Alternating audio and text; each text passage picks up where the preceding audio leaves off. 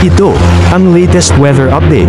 Alamin ang pinakasariwang ulat panahon ngayon dito sa Information TV Educational Channel. Ang si Julian ay kanina alas 4 ng hapon ay nasa may layong 275 kilometers west-northwest ng Itbayat, Batanes. Ito ay nagtataglay ng lakas na hangin na 165 kilometers malapit sa sentro at bugso na posibleng umabot sa 205 kilometers per hour.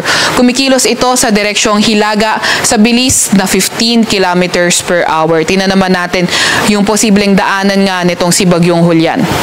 So sa susunod na 24 oras, ito ay nasa may severe tropical storm category, nasa may layong 280 kilometers north-northwest ng Itbayat, Batanes o kaya nasa may vicinity na ng Taiwan. Pagkatapos naman ng 48 hours, ito ay humina pa, nasa tropical depression category at nasa layong 330 kilometers hilaga ng Itbayat, Batanes, nasa vicinity pa nga rin ng Taiwan. Masignan naman natin yung magiging track nga nitong si Bagyong Julian. Makita natin, pagpasok nito sa ating Philippine Area of Responsibility, doon siya pwedeng maglandfall sa Taiwan. So, by tomorrow yan. And then, posible nga maglandfall sa south-western coast ng Taiwan.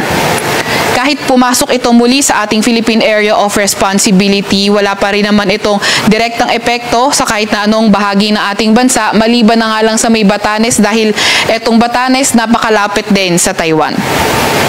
Pagkatapos nitong maglandfall, posible itong bumagal o hindi kaya halos walang pagkilos kung saan pagdating ng Sabado, ito na nga lang ay isang low pressure area.